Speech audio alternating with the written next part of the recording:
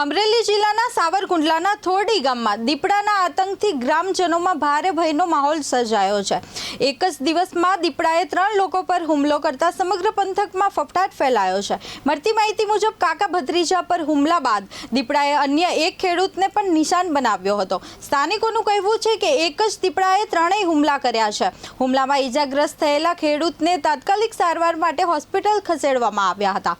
ઘટનાની જાણ થતાં વન વિભાગની ટીમે સ્થળ પર પહોંચી તપાસ અને સર્ચ ઓપરેશન શરૂ કર્યું છે। સતત થઈ રહેલા હુમલાઓને કારણે ગ્રામજનોમાં ભારે રોષ જોવા મળી રહ્યો છે અને દીપડાને વહેલી તકે પાંજરા પૂરવાની માંગ ઉઠી છે।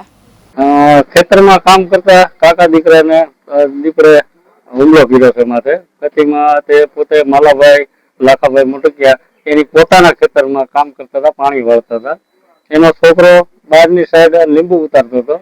એની પોતાના સ્થળ ઉપર વાડી છે, વાડીની કેળનું વાવેતર કરેલું છે, કેળમાં પાણી વાળતું। બનાવમાં તો એવું હતું કે મારા ભાઈ 10-11 વાગે ત્યાં માલ હાટું નિરણ વાટવા ગયા હતા, બરોબર।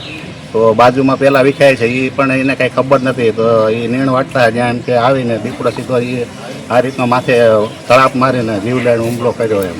બાજુમાં કોને વિખાતા? બાજુમાં લાખાભાઈ દુધાભાઈના દીકરા માલાભાઈ લાખાભાઈ ને જયંતિભાઈના છોકરા, શું નામ છે? એ દિવ્યેશભાઈ જયંતિભાઈ,